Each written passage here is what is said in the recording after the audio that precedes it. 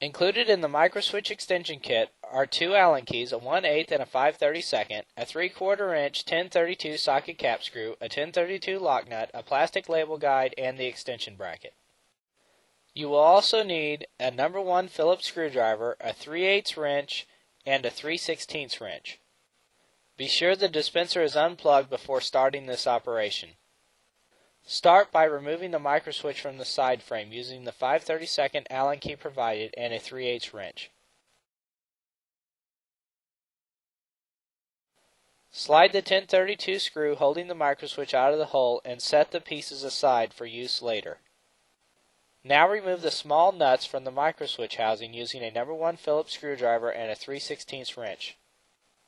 You only need to remove the nuts. You do not need to remove the screws from the housing.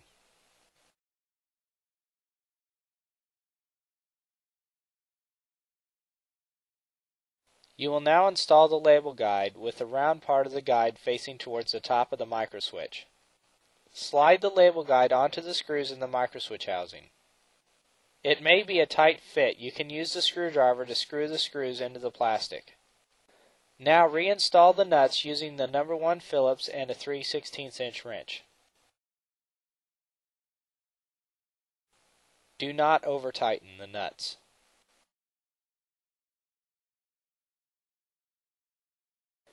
You will now install the bracket. Using the 1032 socket cap screw provided, go through one end of the bracket, then through the same hole in the machine you removed the microswitch from.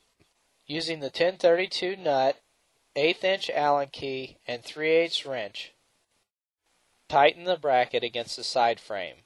Make sure you can still move the bracket up and down, but firmly.